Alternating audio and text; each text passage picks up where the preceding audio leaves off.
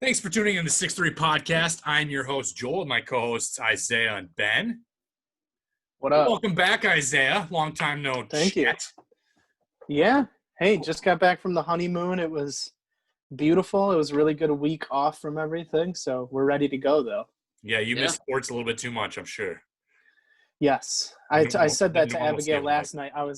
I said to Abigail, I was like, listen, I haven't watched any football in a couple weeks. Can I please watch this Monday night game? And I didn't even watch it. Well, it wasn't great. Is it because she didn't give you permission, or you just didn't? You're early enough in the marriage where you just don't have time for anything else? A combination. Yeah, sure. Well, because we have one of our pick sixes going on right now, and it is a big game. Obviously, Game 6, the deciding possible win for the Dodgers via World Series championship. So we are going to knock out our pick six segment right off the bat tonight. So we're going to get right to it and do that first, since the Rays already have a little bit of a head start. Rays-Dodgers Game 6. What do you guys have? I'm going to go Rays. It has nothing to do with the fact that the score is already 1-0. But I thought they would win tonight anyway. Blake Snell on the mound, big-time pitcher, big game pitcher. He's been getting better, honestly, throughout this whole postseason. I think they pull it out, and we see a Game 7. Yeah, I'm going to go with the Rays as well, mostly because I would love to see a Game 7. But every opportunity so far, they've had the chance to bounce back, and they've taken that chance to a win. So I think they're just a little too good. And, yeah, like you said, have Snell on the mound. I think they're just too good to lose this one, and I think they'll push it to 7. Yeah, determination is going to get them to Game 7. This has been actually a really great World Series. There's been some pretty great games, a lot of wild stuff happening, especially. And it was a surprising matchup because I know when Ben and I first talked about it before Game 1 even started, we're like, this could be a 4 or 5 game series where the Dodgers just blow them up. And I think the Rays have definitely maintained that competitive spirit, and they've made this a great World Series. So I think the best way to finish a great World Series is take it to Game 7 and let that decide. So, all Rays. And I think it's really interesting just to see how much Boston screwed up by getting rid of Mookie Betts. Like, I think that's just hilarious. Yep. Well, they saved the salary. It's all about if they want to rebuild or not. It's to cut back on the salary. Sometimes you got to do what you got to do. Yeah. Yeah. They weren't good pretty much on purpose this year. Right. But there was an interview with him and Big Papi, and a lot of people thought he just left because he wanted more money or he really didn't want to be in Boston. But he said in the interview, like, I thought I was going to be a Red Sox for my whole life. And that's got to sting a little bit to some of those fans. Yep, for sure. They couldn't pay him enough, and they were ready to move on. They weren't gonna pay him, even if he would have taken some sort of, less contract there. They weren't gonna pay him enough for him anyway. So no. Yeah. All right, we'll do another game here. Patriots at the Buffalo Bills. Patriots are really hurting. They've lost 3 straight games for the first time since 2002. And on Sunday, when they took the field with a losing record, it had been 6,566 days since they played a game in October or later with a sub-500 record.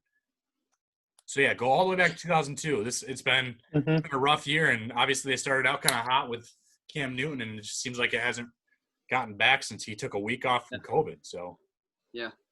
I think I'm going to go with Buffalo, and I might eat those words because a lot, like, when you doubt Bill Belichick and the Patriots, they make you eat your words usually.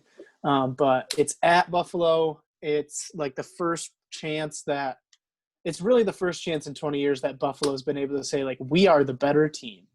And I think they'll take a hold of that. I think the only thing that that the Patriots will outdo on the field is outcoach, but the Buffalo Bills, I think, will outplay them on offense and defense. So I'm going to go with Buffalo. I think they, just widen the gap between first and second place in the division.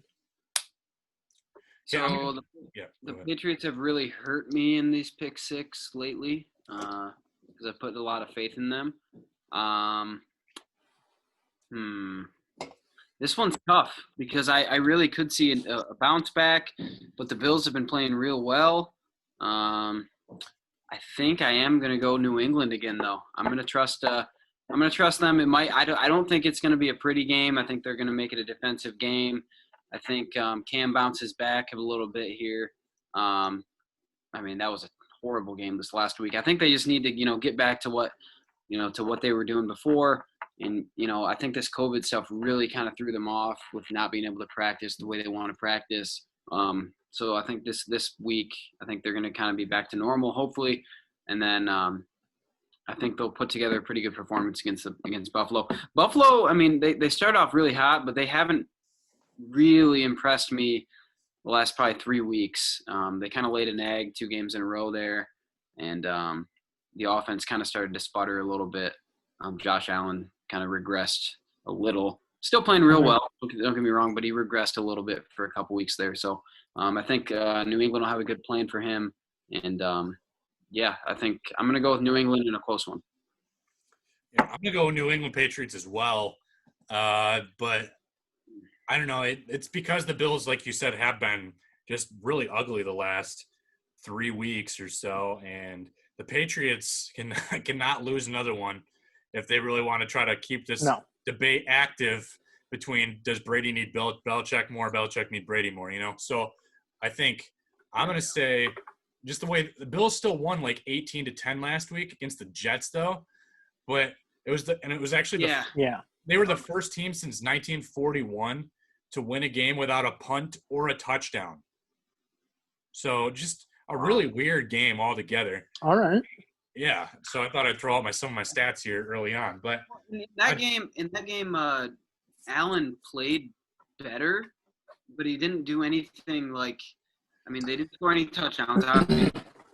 But he was like, I think he threw the ball probably 4 or 5 times, probably completed over 30 of them. I think he was over 300 yards. I mean, so it was like they were moving the ball, but they just could never capitalize once they got down there.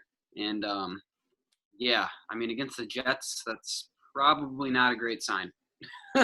Yeah, I was just gonna say the Bills can't get their running game together either, man. I've keep starting Singletary every single week to see if he's gonna finally give me some points. He's not, and Zach Moss behind him isn't doing anything else.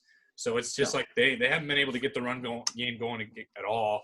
Josh Allen has been keeping that offense humming with Stephon Diggs and John Brown, but other than that, I don't trust them to squeak this one out against a Patriots team that just cannot lose.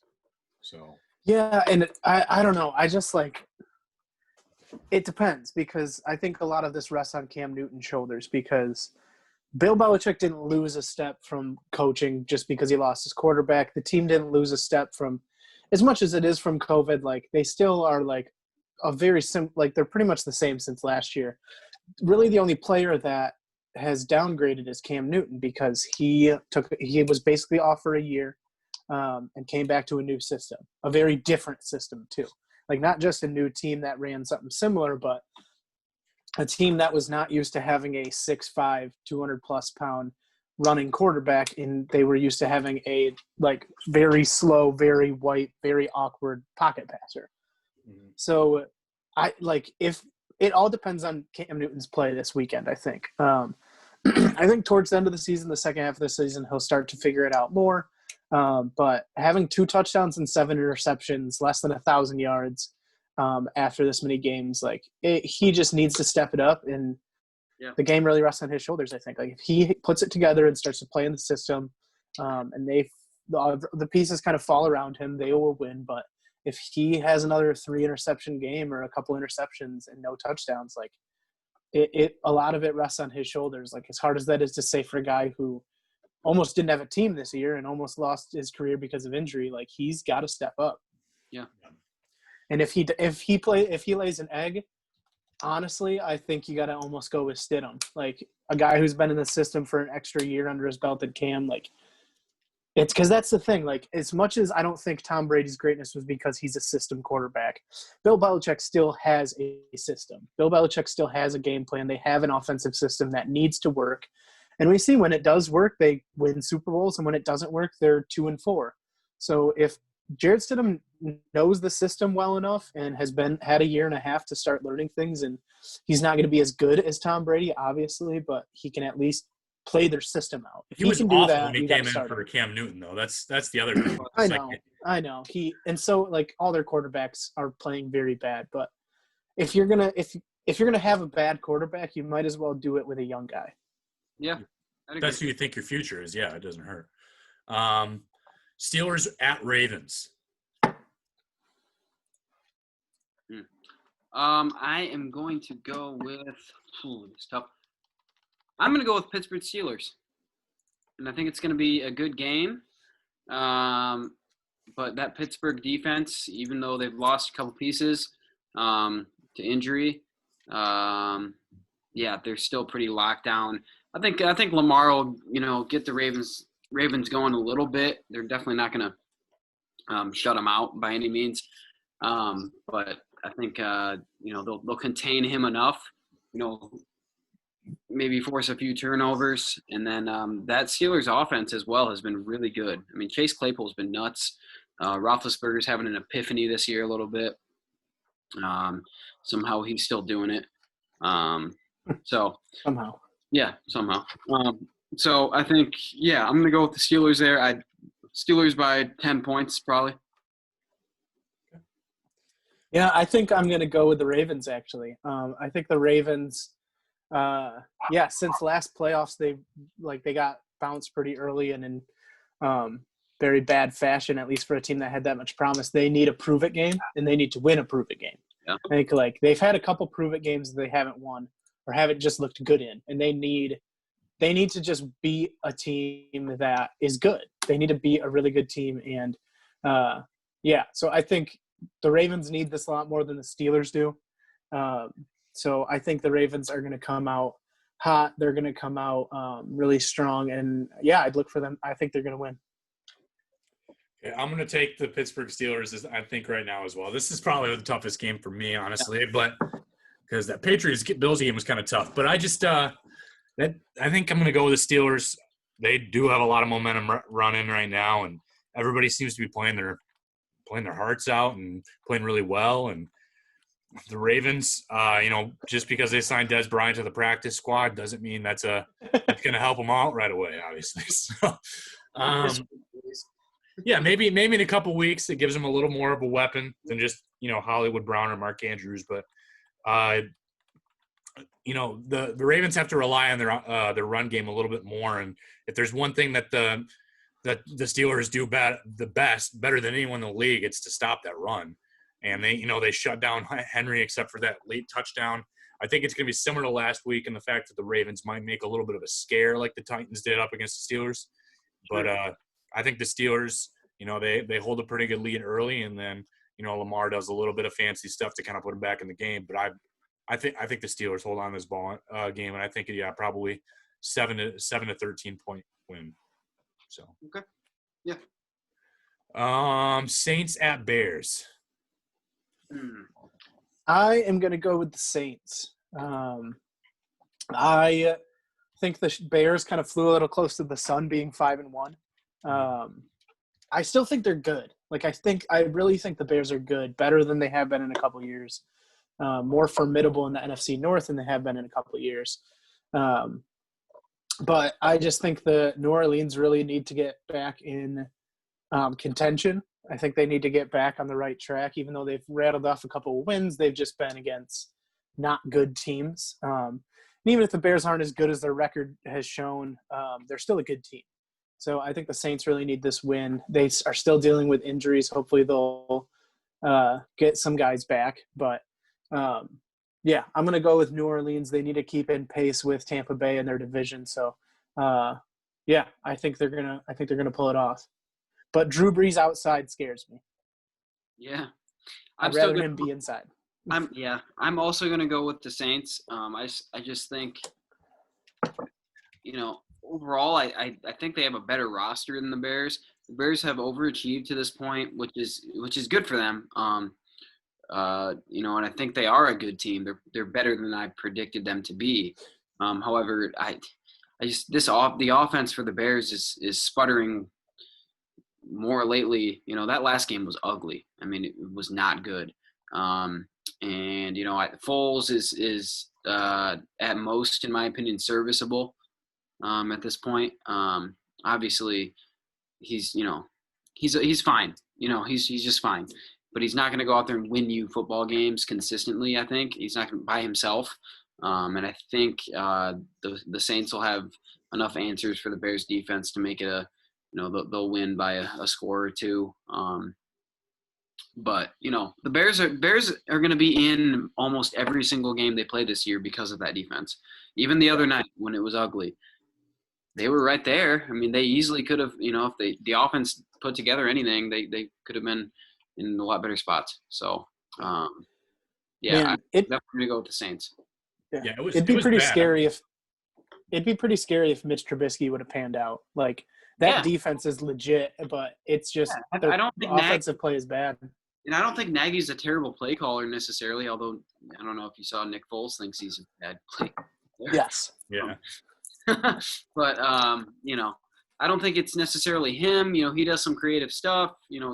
Comes from the Andy Reid tree, so they definitely do some different stuff on offense. It's more more of a product of their second overall pick not panning out, and then these trading away all their other picks.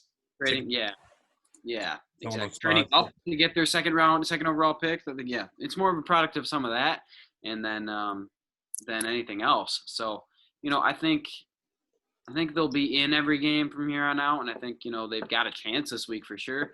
Because the Saints are probably a little bit more down than I thought they were going to be this year at this point, at least.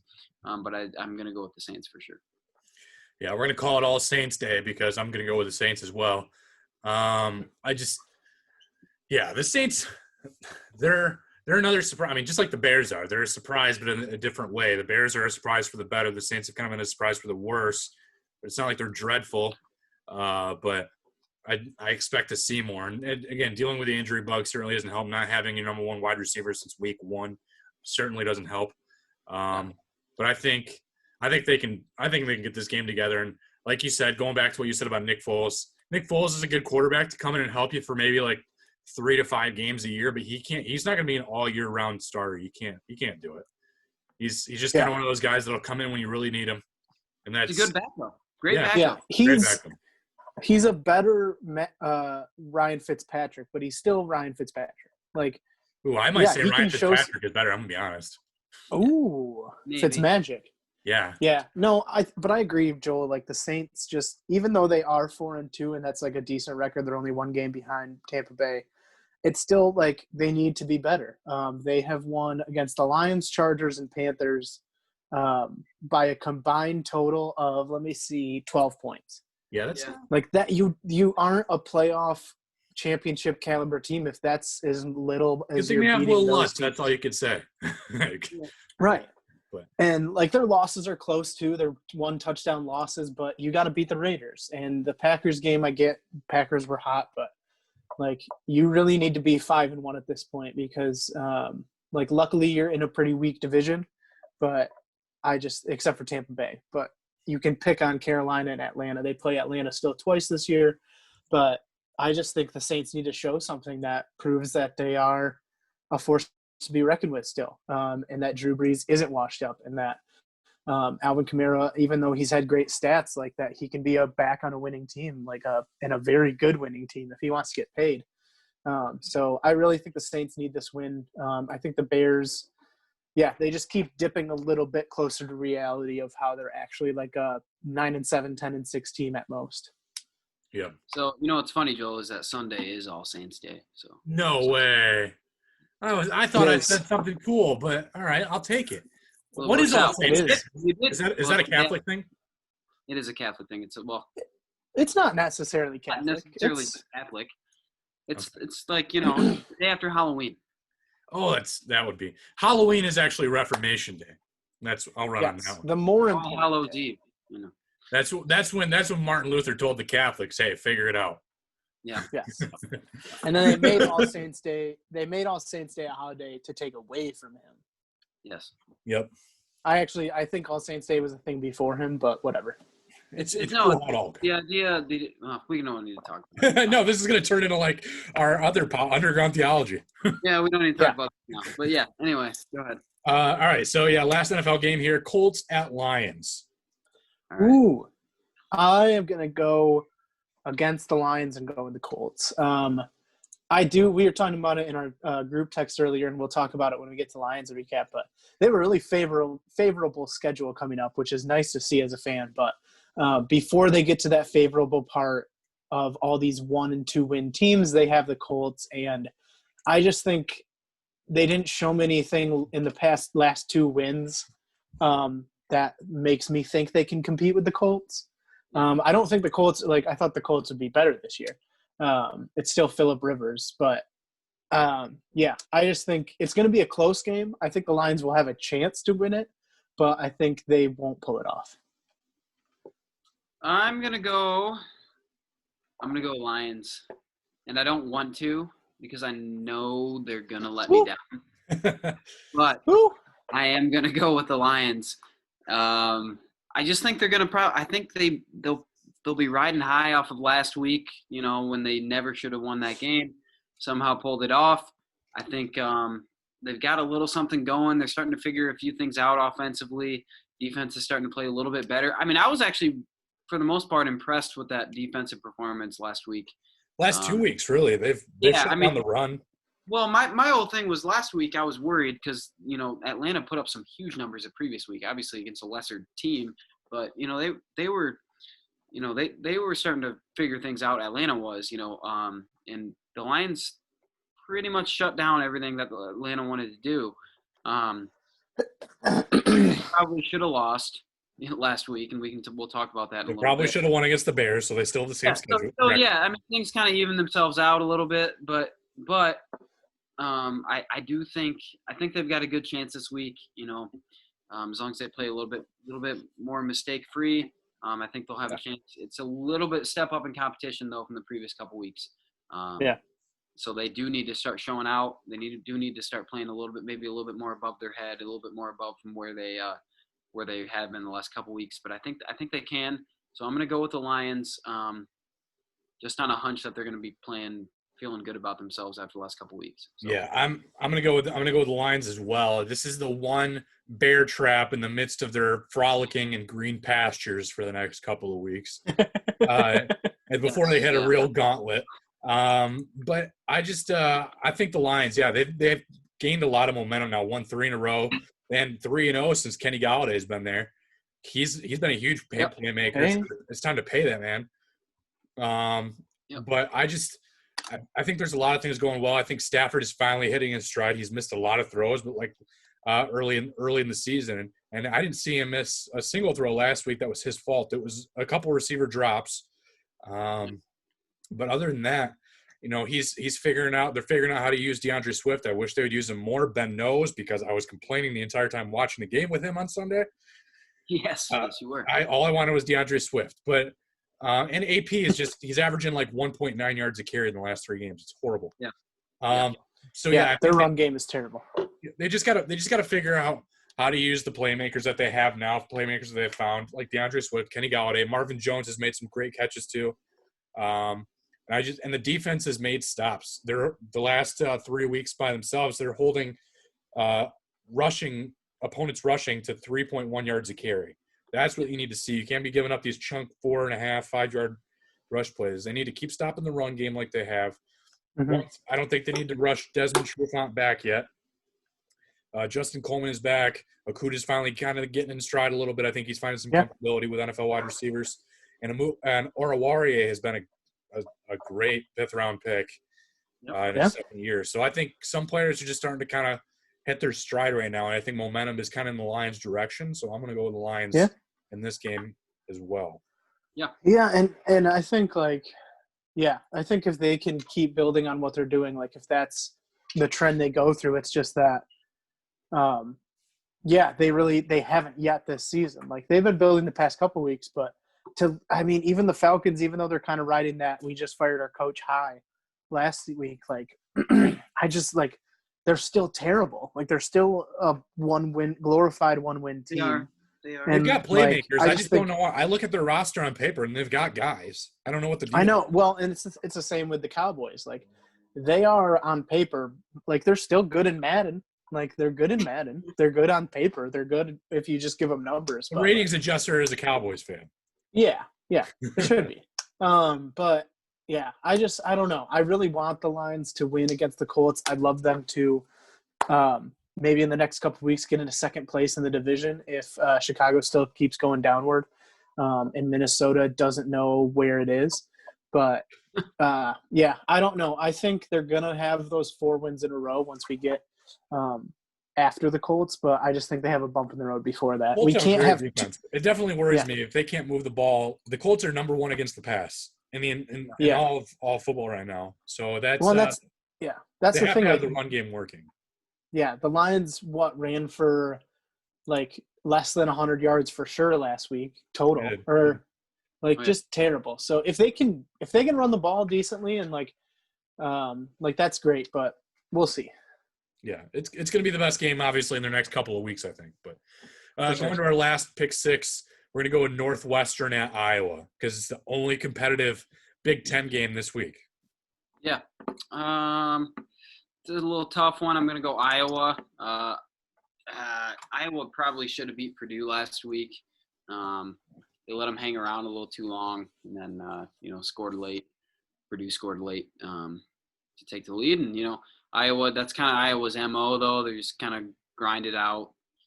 Nothing real spectacular type thing. But they had some playmakers on that team. I think they'll kind of get back to they've got a couple good running backs, good receiver. Quarterback's got a big arm, although he's a new starter. Northwestern obviously looked impressive for playing Maryland, but Maryland looked worse. Maryland looked – they might have had the worst showing of any Big Ten team last week. So, Northwestern's got, they've got a new quarterback, transfer from Indiana, Peyton Ramsey. So, he's obviously got that offense going a little bit better than last year. Last year was horrendous. Hunter Johnson's still the backup. Yeah, I mean, I'm telling you, Hunter Johnson averaged 4 yards an attempt last year. Yeah, so bad. So that was like the worst of qualifying quarterbacks in the FBS. So, you can't get worse than that. So but I still don't think anything that they showed against Maryland is relevant against a decent team. So I'm going to go Iowa by 10 points or so. I'm going to go Northwestern, maybe to see if I can get a game on you or something, Ben. But I think Northwestern's linebackers are like Gallagher and Patty Fisher. I think they kind of they hold that front 7 together pretty well.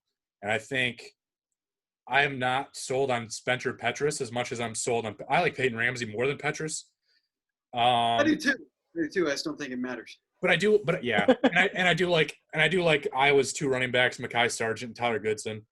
But I think those linebackers for Northwestern are going to hold them in check. And I think it's going to come down to can Riley Lease or something catch Peyton Ramsey balls against, the secondary of which I think is pretty good with Riley Moss and Dane Belton in Iowa. So we'll see what happens there. But this is another tough game. But it's also a small sample size for how much I've watched of their games. It's kind of just been previewing both of those teams for the Big Ten preview.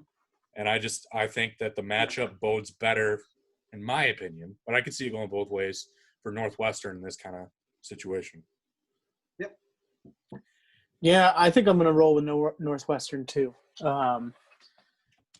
I don't know why, but I just feel like picking them. So that's where we're going. I just think, I think yes, they only played Maryland and that isn't a great win, but they still won 43-3. They have a lot of momentum. They have some things rolling. They have some stuff to work on.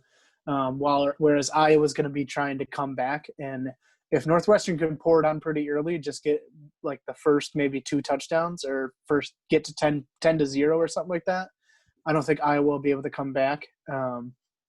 Iowa historically just isn't a good team at having to catch up. So if Northwestern just works on, kind of coming off a 40-plus point win and just gets a couple scores or at least comes out hot, Iowa's not going to be able to come back and make it a game. So I'm going to go with Northwestern. Good stuff. Yeah, we definitely got some variety, and that's a 30-minute pick six segment there. But we're gonna run right to what we saw with Michigan and kind of what we expect to see again this week with Michigan State. What kind of roundhouse kick to the nuts are we going to see Michigan give Michigan State? Yeah. I mean, Michigan State, like, I didn't watch the game, but that, like, to be Rutgers' 8th Big Ten win in 7 years, to have 7 turnovers, should have been 8, just to play as terribly as they did. I don't think there's a way Michigan loses this game, but Michigan looked really good last week. Even though I wish they would have held what's his name, Ibrahim, to a little less rushing yards, even though it took him a lot of rushes to get to that point. But I would have liked to see that, but they shut down the passing game. Like, they did not let anything through. So I guess Minnesota has to get yards somewhere. But they looked great. I loved the running back by committee they kind of pulled. They looked very NFL-like in their offense, which we know that Josh Gaddis is an NFL-like coordinator. So it makes me believe that they are listening to him more and more this season than last, even though they listen to him a lot. But Harbaugh's putting a lot of trust in his offensive coordinator, as he should. But, yeah, their defense looked incredible. I just think they need a little bit better of a quarterback to play against to see how good their pass defense is. I think last week, Minnesota's quarterbacks are right. But I was going to say Tanner Morgan to me is at least top 4 quarterback in the Big Ten, I think. Yeah, but he played so a lot of it to me was him. Like, it wasn't necessarily the pass defense. It was both, but I think Morgan just played really bad. Yeah. But I'd like to see them just build on this week against Michigan State, cause more turnovers than Rutgers did, and beat them worse than Rutgers did. And I would love to get on the hype train for the 2020 season. Yeah. So, impressive showing last week. I thought Michigan was going to win, but I thought it was going to be a tight game. I thought they'd, pull away at, maybe win by 10 points or so. But I didn't necessarily expect the domination. I thought Michigan had better players on their team. Going into the game, looking at the rosters, overall I thought, hey, Michigan is a more talented football team than them. But we've seen so many times in the past, 3, 4, 5, longer than that, even pre-Harbaugh, them laying an egg against a ranked team on the road. And early on, 15-yard penalty, sack, block punt, 7-0, 5 minutes into the game. Didn't look great. Everybody's like, oh, great, here we go again. But what I like to see is that they responded every single time. Northwestern even seemed like they had any kind of – or not Northwestern, Minnesota seemed like they had any kind of life. They responded. And they went out there and they for the most part, dominated. Obviously, things to work on. I don't really think we're going to learn that much this week. From what they show against Michigan State. Michigan State's just they're in a rebuild. No other way to say it. Obviously I like rubbing it in Michigan State fans' faces because it's great, but they don't match up. They didn't match up last year, and they probably had a better team last year than they have this year. And Michigan has a better team, in my opinion, this year than they had last year. It was 44-10 last year. So, I just think looking ahead, this is a chance for Michigan to really work on some things, build on what they started there, keep Milton comfortable. Really what changed, what made me feel comfortable that entire game was how relaxed he was. There was no happy feet in the pocket. There was no, he was just extremely relaxed, extremely poised. They didn't ask him to do anything crazy. He made a couple downfield throws. Obviously, he has a big arm. Was running the ball great. But they didn't ask a crazy amount from him. I think he completed 15 of 22 for 225. Of the 15 completions, 9 they were to 9 different receivers. So he spread the ball out. Like Isaiah mentioned, they had a bunch of different backs get the ball. Milton actually led the team in carries with like 8, and nobody else had more than like 6.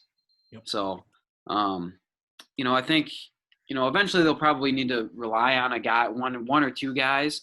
But a lot of those backs give them different options. Chris Evans is fast. Blake Corum's fast. Zach Charbonnet and Hassan Haskins are more the inside guys.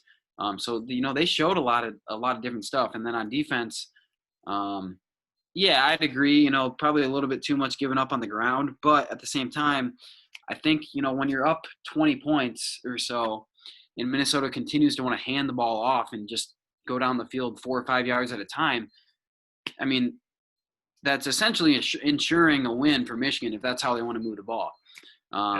When they had Dax Hill over Rashad Bateman, he had 6 catches for 24 yards, and he finished with 9 catches for like 111 thanks, Makari yards. Page. Yeah.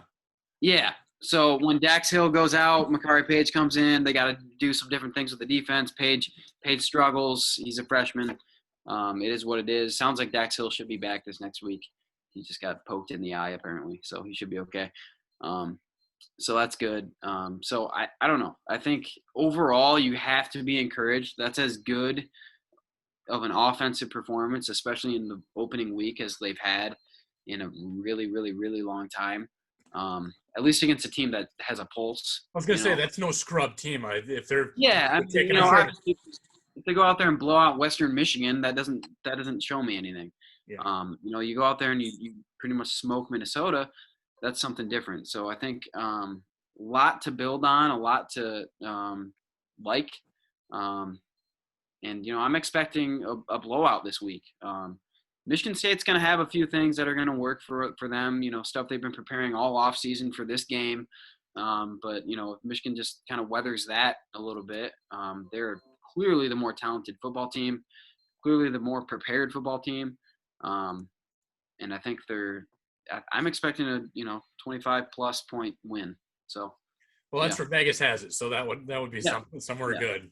Yeah, I agree. And I think where I'm going to start out with my recap of it is I think they really, to me, answered my 3 biggest concerns going into this game. One of those concerns is obviously, what do we expect from Joe Milton? And like you said, Ben, he was as poised as you can expect any quarterback taking their first start in a Michigan big D1 game in the division, and as you would ever want. He did everything smart. He did everything well. Just really no complaints. And it's really comforting to see that kind of, because he had more poise than Shea Patterson had after 3 years of starting with Jim Harbaugh. Correct. And there was, like you said, no happy feet. There's just so much comfortability. He took a couple shots downfield. Definitely needs to work on his touch a little bit more from what I saw. Yeah. But you're gonna have that with any Josh Allen in his first 2 years in the NFL. He's still airmailing a couple, so it's gonna happen. Yeah. In regards to the other thing that I was worried about was the offensive line, having 4 pretty much new starters in Jalen Mayfield. And those guys, they killed. Chuck Filiago was great at guard. Vistardis was great at center. And, Mayfield took all their snaps. Those are the 3 guys that took all 56 offensive snaps. And then you had Ryan Hayes play really well. And then you had Stuber played really well too, and they played a majority of their snaps until like the very end where they let a couple other guys come in and play. Yep. But just really solid. They dominated that front line, gave up 1 sack early on, and it was kind of just because, Milton rolled out, and that defensive end, Mahe, is super fast. But yeah, I'm super comfortable. Obviously, they're just running with like 6 different guys, and they're all getting chunk yardage.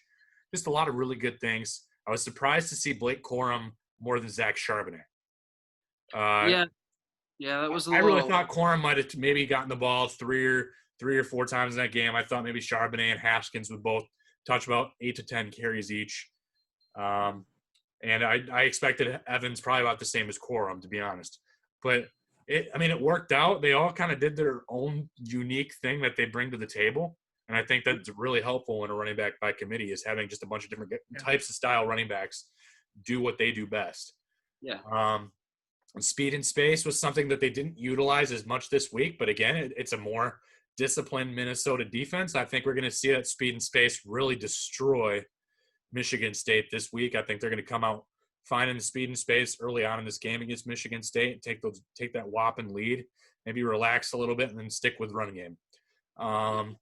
That's kind of what I expect this weekend. And I think the other concern was the secondary. Like you said, Dax Hill did a really good job staying on Rashad Bateman.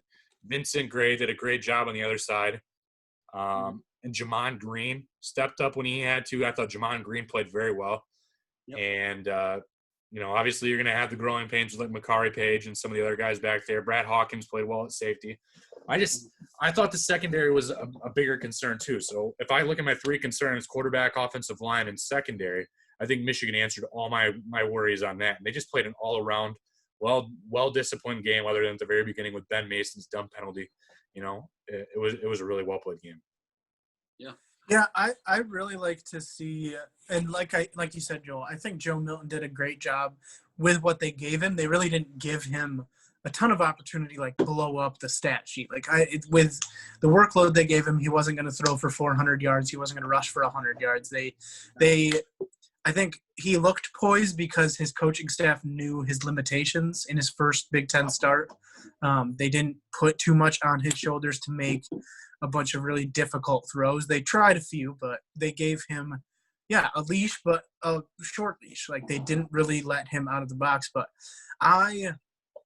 especially if they get off to a good start against Michigan State, I really want to see them lean on Joe Milton just to see what he is made of. If he can be that guy who rushes for, maybe not 100 yards a game, but can rush for 100 yards.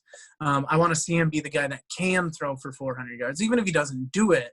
But I just want to see him show flashes to be, like people compared him to Cam Newton. I want him to, maybe he's not going to be arguably the best NCAA quarterback ever, but I just want to see him show some flashes more than he did this game. And I understand it's his first start, so he wasn't going to. But if Michigan State is really that awful, and if Michigan controls the line of scrimmage, which is how you beat Michigan State for the past 20 years, you have good defensive ends and defensive tackle play, and you get out on the edge against blocks.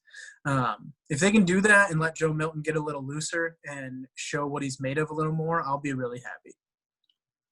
I think, the key to the game is just – the problem is it's hard to pick keys to this game because it's like it shouldn't matter. Like, it really should not matter. That's how much better they are at this point than Michigan State. And, it's kind of insane how it's gotten to this point. Because even if you go back 3 years, Michigan lost 3 years ago to that team, right? Yeah. And it's like there's still players on the team now that are that played in that game or were on the team in that game, and it's like what happened to Michigan State, and that's a discussion for another time probably, but it's the time now where it should not matter. You are that much better overall as a roster, and you have a new coach at Michigan State who's had zero time to get to know his team, zero time to prepare for the season essentially because of all this COVID stuff and because D'Antonio screwed him. So it should not matter. So I'm not even going to talk about keys to the game, but I agree with Isaiah to a point. Maybe let Milton get loose a little bit. I expect to see a few more downfield shots this game. There was no problem with what they did last game. A bunch of screens. The bubble screen was giving them 10 yards pretty consistently. Yep. They flipped it out to AJ Henning and Ronnie Bell and Giles Jackson a few times and got 10 yards. If you can do that all day, every game, you go ahead and do it. They also, you have to take into account, Minnesota did not have any of their kickers this game. Yeah. So all of them were out due to COVID. So Michigan had a short field a lot. Minnesota screwed up on the fake punt. That was a terrible call by PJ Fleck, and it didn't work. So that was an easy score, short field score. And then they also had the squib to Michael Barrett.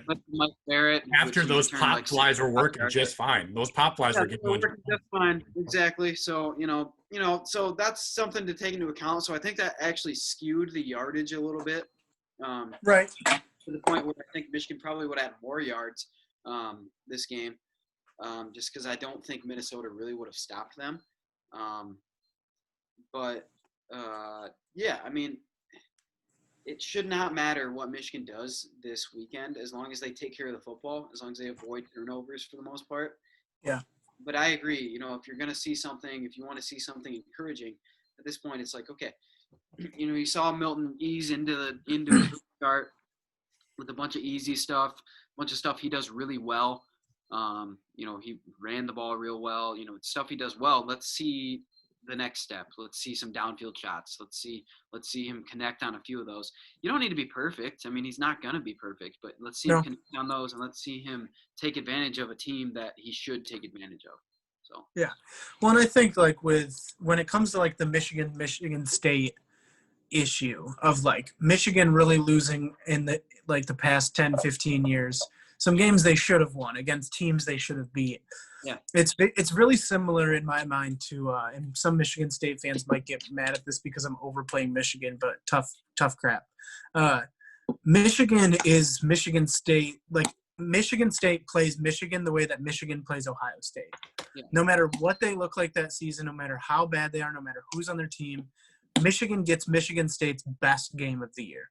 And they even though they have other great games like some comeback wins against even Ohio State and Penn State, Michigan State's season is won and lost on beating Michigan, the same way Michigan's season is won and lost on beating Ohio State. If the players, the coaches tell you anything different, they just want to beat every team, or we're just worried about the next game. Like Michigan State wants to beat Michigan every single year, the same way that Michigan wants to beat Ohio State. So Michigan gets a crazy game against Michigan State. They get their best game of the year. They get whatever Michigan State has to throw at them. And Michigan State's going to be a little desperate after losing to Rutgers. And I don't know, I think Michigan could certainly blow them out, but I really wouldn't be surprised if Michigan State just pulls out every possible stop they have against Michigan and makes it, at least for the first half, maybe even first three quarters, a close game. But Michigan just seems, I know it's only one game in, but they just seem like they're just going to overpower them. They really should overpower them. They really should control the line of scrimmage and, just hold them to less than 50 rushing yards, hopefully, and just kind of shut them down. But, they're going to get they're going to get a haymaker for Michigan State, regardless of how bad Michigan State is. So they do have to be a little prepared for that. For sure. Yeah, they shouldn't get too lax. That was kind of going to be my next question is, what would Michigan State have to do, or what would Michigan not have to do to give Michigan State even a chance of pulling out a crazy upset? What would have to work for Michigan State to win this? Well, they have to have at least a +3 or +4 turnover differential. Yeah, I think that was the difference. So Michigan State lost by 11 to Rutgers, right? Yeah. So it was 11 points. And it's 7 turnovers. Not 7 turnovers, yeah. If they cut that, in half, they beat by Rutgers. By a lot, probably. By probably 2 or 3 touchdowns, right? If we're going to be honest, right? Mm-hmm. So how do you lose games to a team who's inferior to you, athletically and physically? You turn the ball over, make dumb penalties, turn the ball over. Yes. Yep. So that is how Michigan could find itself in trouble. Now, extremely encouraging was the fact that they didn't turn the ball over last game. The worst play of the game was that blocked punt, which they just missed an assignment on. That was they were buried. They weren't even really any close to a turnover, other than the one Corum fumbled on the pop-up kickoff. And I think Evans fumbled one down by the goal line that they got back too. But Milton wasn't forcing the balls into tight windows. There was nothing forced about anything they did. So if they can avoid turnovers, that's the biggest thing, because turnovers are a way to let a bad team hang around. The only reason Indiana beat Penn State last week is because of turnovers. Penn State doubled their total yardage. It was absurd. Yet Penn State turned the ball over 3 times. IU didn't turn the ball over. That's the difference in the game right there. So, avoid turnovers, and I think Michigan's okay. But if you start turning the ball over relatively frequently, you're going to be in a dogfight, and that's not what you want. Yeah. Well, and the thing is for like with the turnover battle, Michigan State, all those turnovers, Rutgers only scored off 2 of the turnovers. They punted away after the other 5 or had an interception or turnover of their own. So that still accounts for more than 11 points. But yeah, I just think if Michigan just keeps their head on their shoulders, if they don't try to, like I said, if they get out to a big lead, let Milton loose, but don't let him loose from the beginning. Like if he's not ready for it, don't just be like, oh, let's start chucking 50-yard bombs. Like just take it easy for the first half. Make sure you get a lead, get out to a 2-score lead. And then in the second half, if you want to pour it on like Jim Harbaugh is known for, pour it on. But just play how you know you are. You know you're a better team. You know you have a better coaching staff. You know you have a better player or better players. If you just play that way, if you don't get over your head, they're going to win. Yeah. I mean, yeah, literally Michigan State's only talent on the offensive line is pretty much center and right guard. And then like Elijah Collins, Jalen Naylor, gosh, I want to think of what. Yeah, Jaden Reed. Jaden Reed had a really good game, but if those are the playmakers, and as of right now, Rocky Lombardi's starting that game. At this point, if they're going to start Lombardi just for the experience to try to have that be a factor maybe in a rivalry game. But I think after this, maybe, and especially if Lombardi is just straight trash, I think you just got to put Peyton Thorne in and see what the young guy can do. Yeah. I do not know how Lombardi is still starting games for them. Like he's been around with wrestling. He needs to just stick to wrestling. Is this his 3rd season? Like just every time he comes in the game, people laugh. Like when Lewerke was bad and Lombardi was bad, and they'd like switch back and forth between the two. Like no one took Lombardi seriously. You could tell the defense almost stopped putting in their 3-point stances. Basically, like they were just like, "Oh, Lombardi's in the game. We're gonna win this game." Like he should not be playing. I'm sorry, but I'm sure he's a great guy. I'm sure he's nice, but he should not be playing. So so the next subject obviously was NFL related. We're going to talk about Lions. I think we really hit a lot of like the Lions chat on our pick 6 already. But I was just wondering if you guys had anything specific on what you saw and so what you've seen so far this NFL season. If anything is, we've talked about some teams that are obviously, maybe losing or getting back to reality. Up there goes gravity. The Bears. Maybe the Rams obviously won again. The NFC West is just jacked. The NFC East is trash. There's such a disparity between the two. I was going to say the NFC East is a combined 7-20-1 combined. Yeah. And the NFC West is a combined 19-8. And all of them are 4-3, 5-2, 5-2, 6-1. Like those that's crazy. Yeah. Yeah. I mean, I guess like I think like one of my biggest things is now that the Chiefs had Le'Veon Bell to their team, like who is going to compete with them? Like really, I don't see the Seahawks should have played better than they did Sunday night. Like they were kind of who I was holding out hope to put, really be like that other just stalwart team along with the Chiefs where they just beat up any team that they need to beat up and they play good against the teams that are good. But it just seems like the Chiefs now are a league above everyone else. I would agree. And it's hard to say that because we're not even to the midway point of the season, but man, like they just look like they are figuring it out and pumping on all cylinders and they're just going to run away to the playoffs. Well, I think I would agree that the Chiefs are better than every team right now, but there are a few teams that could definitely hang or at least definitely compete with them. The Steelers are one. Joel threw them out. Just mostly on the merits of their defense. I would argue the Titans are still a team. The Titans are a team, but the Ravens, I'm telling you maybe? now, like I know I picked this before the season. I picked Chiefs and Buccaneers, but the Buccaneers are starting to figure a couple things out. Yeah. And their problem early on was the offense. Their problem early on, which I didn't quite think would happen, but they've started to figure things out. They got AB coming here in a few weeks here. It would be interesting. And that would make some, that if he is anything remotely close to what he was, when he was in his, dominating stage, that is a massive pickup Even last year, if he's like was last year, like that's a good pickup. He's still an amazing wide receiver. I mean, he's still probably, I would say he's upper echelon in the entire league if he's healthy. Yeah.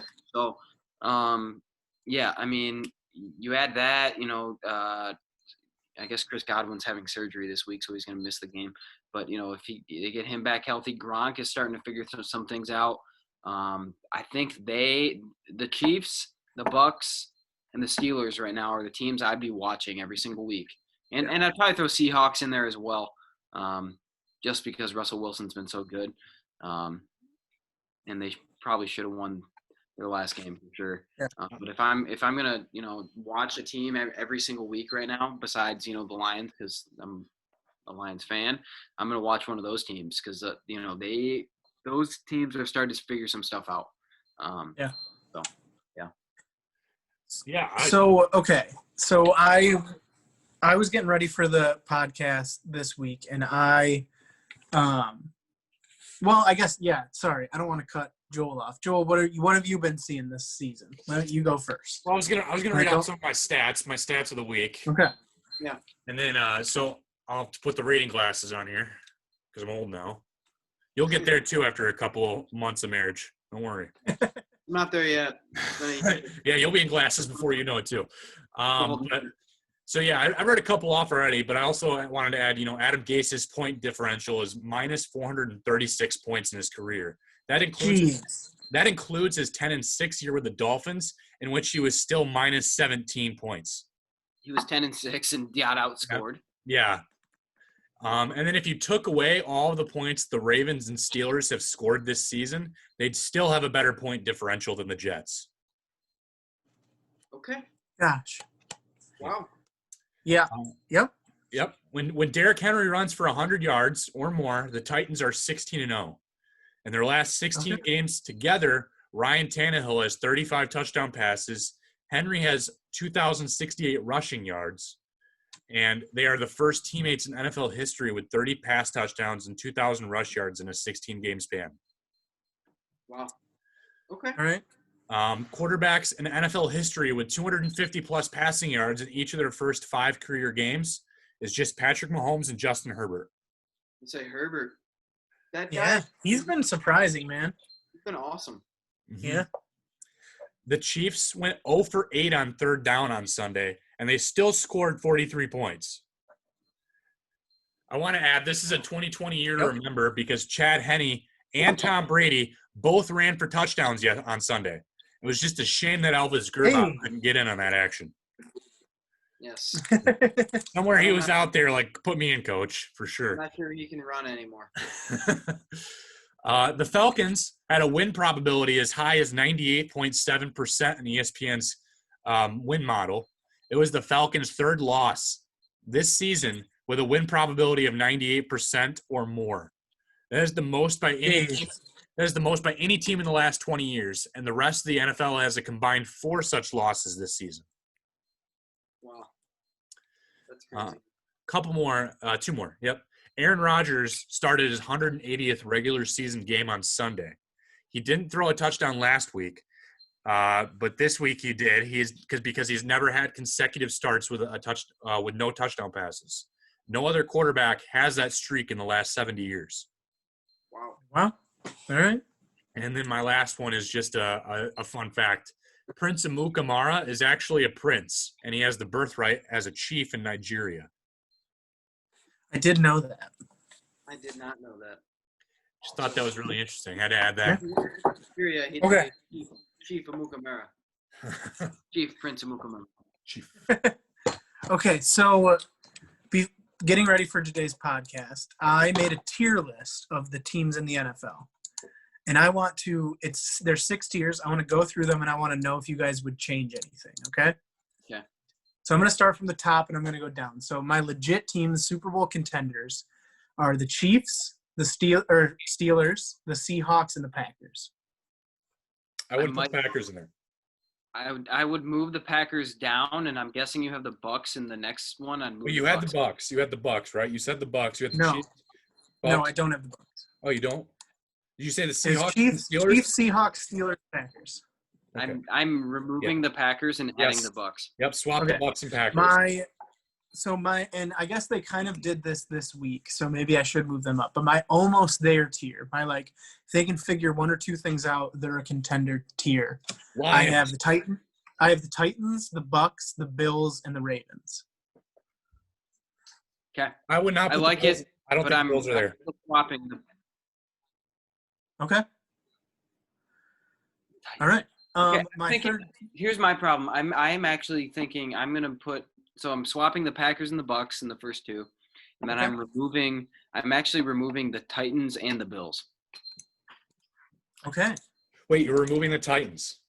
Yes. From tier 2, you're removing them, and you're putting down to tier 3. To tier 3. All right. So my tier 3. Keep the Titans, but I am going to move the Bills down. So I didn't move the Titans down because they don't fit with my tier 3 teams. They're obviously better than all of them in my mind. Tier 3 is good but not great. That is the Bears, the Cardinals, the Saints, the Browns, and the Colts. That's basically, to me, like playoff teams that aren't going to make it far. Okay. Yeah, but I think the Titans are a playoff team that are not going to make it far. So that's why. Okay. But they might. I disrespectfully disagree. They might be the best of that group, and they might belong in almost like an in-between tier there. But I just don't. Yeah. Ryan Tannehill does not move the needle for me. All right. Hey, I read off those numbers. Those are impressive numbers. They are impressive. Well, I will say when when we did our quarterback rankings, I had Tannehill pretty high, and Joel and RJ both laughed at me. I continue to laugh at you because I'm not so hard. It's not a belly laugh anymore. It's like a chuckle. But he was ranked 7. I put him at 17th. But that's why he's not. That's why it's not far off anymore. We had him in the back 20, but I think now he's at least moved up to at least top 22 at the furthest back. Okay. No, all right. So my tier 4, are good teams that play really bad. So I still think their roster is good. They just haven't played very well. There's only 2 teams, the Patriots and the 49ers. I might consider the Lions there, but I might consider the Cowboys there. They've got a really good roster, just not playing well. I wouldn't consider the Cowboys there. They're in their own good teams, coached really bad, who have injury problems. That's what I'd put them in. So my next tier is the biggest tier. It is the bad teams that play good. Okay. And this is the Lions, the Eagles, the Dolphins, the Broncos, the Chargers, the Panthers, the Raiders, and the Rams. Yeah, I would probably put the Lions as the best of that team. They are my top spot. I kind of agree with you there, Ben. If you're going to keep them in that tier, then the Lions are probably the top of that tier. But I actually think the Lions are a solid team that plays bad. I would actually say that. I don't think they play good. But I think they are the top of that tier. They're the top of the good bad teams that play good tier. I don't think the Lions are great, and they're brought down by their coaching. True. But here's the thing. We talked about it before, and probably in the last couple of weeks, Joel. The Lions are the best bad team. And they still are, because they beat up on crappy teams. And maybe they can flip the script this week. Maybe they can. Maybe they beat the Cardinals, who beat the Seahawks. Yeah, but okay, that's great. But I'm just saying, but they also lost to the Bears, and they should have beaten them. But the Bears, I think they'll get revenge. If we're going to talk about the Lions' schedule after this, I think they get revenge. That's fine, but we can move on. But what I'm saying is they've lost games they shouldn't lose, and to me, what that is that's a bad team. It's a poor coach team at the very least. But they choked the Bears game, but they should have won that game. That's literally a drop pass. Which is why they're a bad team. You have to win those eventually. One player's mistake shouldn't account for a bad team when you have 22 starters. One player's mistake. They just blew the game. They had the game won. You can make an argument either way that they're a good team that plays bad or a bad team that plays good. I just think they're right with the coach. Well, that's why I agree with the fact that they're at least top. They have to be at the top of that team. Correct. But with the coaching staff they have, I think that makes them a bad team that plays good. If they had a different coach, they'd be a good team that plays bad with the same record. But I stay with the Ford. Your coach will do. Okay. I'll take it to the top. Yeah.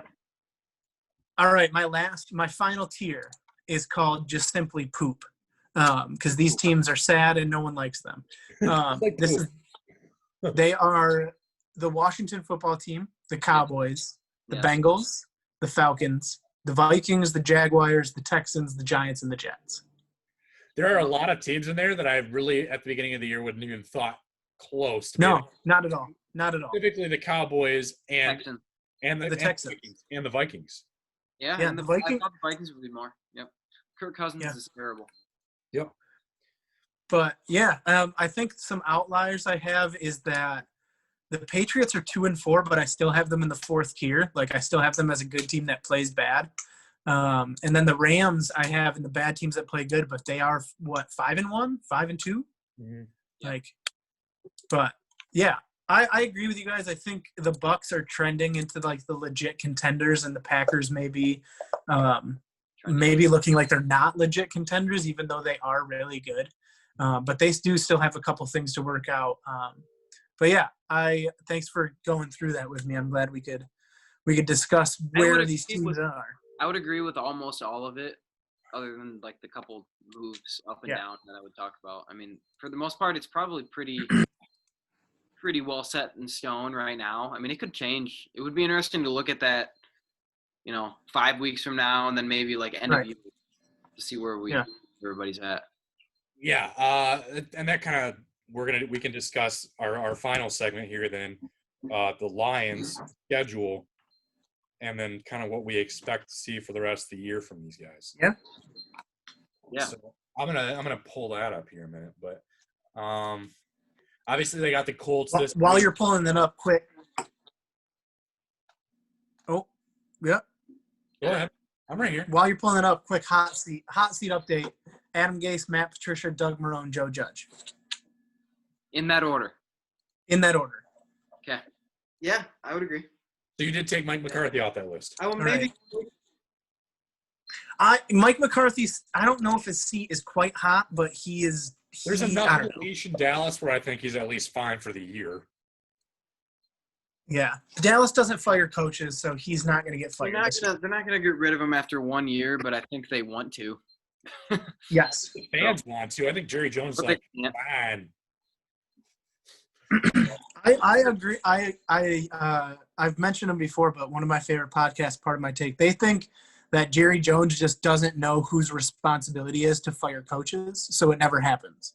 Like Jason Garrett should have been fired 10 years ago or 5 years ago, but Jerry Jones just didn't know who. I know. He ended up taking him out for like a nice steak dinner. He's like, "Hey, buddy, I really like you, but I think it's time to go a different way. But we can be friends." Yeah, he just forgot. Nice he just way to forgot say who bye. was. Yeah, he forgot who was supposed to fire their coach, and he's kind of still has. Okay, I could get behind that theory. Yeah. Yeah, I mean, the guy's just swimming in money. He doesn't care about actually anything happening. So he can pay the intern to all right. Yeah, the intern could fire him. So yeah, Lions. All right, Joel, read me off that Lions schedule. Yeah, so we're gonna you can put your fingers up for if you think it's a win or a loss, but down the road, Colts, Vikings. Yep. I should say at Vikings. I'll say at Vikings. Yep. Home versus home versus the football team, and then they go at Carolina Panthers. Then they're back home. That should be a win. Back home versus Texans. Then that should be a win. Then they got at the Bears, which I think should be a win. That should be a win. I think, and then at home versus the Packers. I think loss. Okay, but I think they can win one game against the Packers. I think they can split. Obviously, that's a best case scenario again, but the Packers. Yeah, I'm not going to count on it. Yeah, I'm not going to count that one either. I don't think. No. Then they're at the Tennessee Titans. I think that's a loss probably. And then they're home versus the Bucks. And then it's late in the season, so Tom Brady could take the week off, and they could squeak out a win. And unless they're still battling out the Saints for that division. Hopefully they're not. Let's pray. Yeah, let's pray. Sealed up, then I might. But yeah. Then last game is home versus the Vikings. win. That should be a win. That should be a win. So what? That's 6. I'm looking here at 2, 3, 4, 5, 6, 7 more wins for me. I mean, obviously, Isaiah, you picked the Colts this week, but I picked the Lions. 7 from where they're at now, they're looking at 10-6. They should go 10-6. They really should. If they don't at least go 9-7, then they need to fire Patricia. Yeah. Yes. I 100% agree. So if they go Jim 9-7, Caldwell would have gone 10-6. Although if they go so 9 if they and go 7, 9-7, if they go 9-7 and miss the playoffs, though, I'm gonna have a bad time. I don't want to see a team go just on the board. Although with a 7 seed now, things could be different. I think they could make it with a 9-7. But right. I mean, but they are in the NFC, and the NFC is pretty competitive this year. yeah, it does worry me there, especially because if I almost think they have to win one of those. I don't know. They can't lose any of those games that we talked about. That's what worries me. Here's my thing, though. This week is a turning point, though. Yes. So if they can pull off a win this week, that changes my thoughts. That changes the trajectory of how the season's going. I agree. They can find a way to pull out a win because I'm skeptical on their ability to. I picked them, but I'm still skeptical. Like that's an up in the air. That's a toss up for me. But if they can find a way to win this game, that changes how I think about this entire team. If they lose and they don't look great doing it, I'm not expecting much after that. I'll be honest. So I like looking at just the NFC in general. You're going to have your division winners if things just keep playing out the way they have already played out. If the Lions have to jump the Bears in their own division to have a chance at a shot. But then the NFC West basically has to implode the rest of the season for the Lions to have a shot at that 7th spot. Because they have 3 5-win teams, and they could beat each other up a little bit, but, like, I don't know. They have to hope that the Rams or Cardinals fall back a little bit so they can leapfrog them to get through that. Because right now, if the season just played out the way it is and they pass the Bears, then you could have 3 or 4 playoff teams from the NFC West if the trends keep going this way. Yep. I wish you could jettison the NFC East out of there because everyone has double the losses than they have wins. But whoever wins, because the NFL is the NFL, whoever wins that division has to make the playoffs. Yep. So that takes a spot from the Lions. So there's really 3 spots, and there are 1, 2, 3, 4, 5 non-division leading teams that are ahead of the Lions right now. Yeah. No, they're not in it. That's why obviously, I agree, Ben. This is perhaps one of their biggest games of the year because it is almost a make or break. They lose this game, they have to win a game like the Packers or Titans or Bucks to compensate. Yep. And it's just that's a tall task. Yeah. And I think if they lose this game, I think the Lions are one of those teams that, when things are going good, it's going great, and that locker room is high flying, and they're all super happy, and they love it. You can tell when a Lions team is happy and in a good mood and in a good place in the locker room because they play like it. So they're going to come out playing like it against the Colts, which is why I think they're going to win this game. But I think in the same facet, it's if they lose this game, I think they're setting themselves up for failure. And I know, and now they're at the point though, because they've won 2 in a row, they're not going to fire Patricia. I think Patricia, I think, is at least bought himself at the end of the season. That's what I'm saying. Because unless he loses 3 in a row, let's say he loses to Colts, Vikings, and football team, maybe. Then they might just let the new coach finish the last 7 games. But and really, if they lost against the Colts, I really wouldn't be surprised if they lost again at Minnesota. Like they really need to win this game, and then they need to rattle off 4 more wins in a row, and then they're looking at 8-3, and that's going to be. I mean, then you can lose it. Then you can lose a game that we might have thought you could win at the end of the season if you're 8-3. Yeah. So if they're sitting 8-3, if they find a way to sit there at 8-3 after 11 games, I think all of us would. Obviously, everybody would take that, but I think everybody will be sitting there going, okay. they have a chance now. Obviously there's a gauntlet at the end of the year. They go through some tough teams at the end of the year, teams that, pretty much all of us picked to be better than the Lions, at the end of the year. But, you got to figure eventually they'll be able to pull through against a team that's better than them. Win a close game, at the end of it. They don't need to win all those games, but to make the playoffs and be in a good position, you got to win a couple. So I think that starts this week. And if they can find a way to I think it would be an upset for sure against the Colts. If they can find a way to pull this week off. It sets themselves up for, a little bit of a run here to get themselves in position to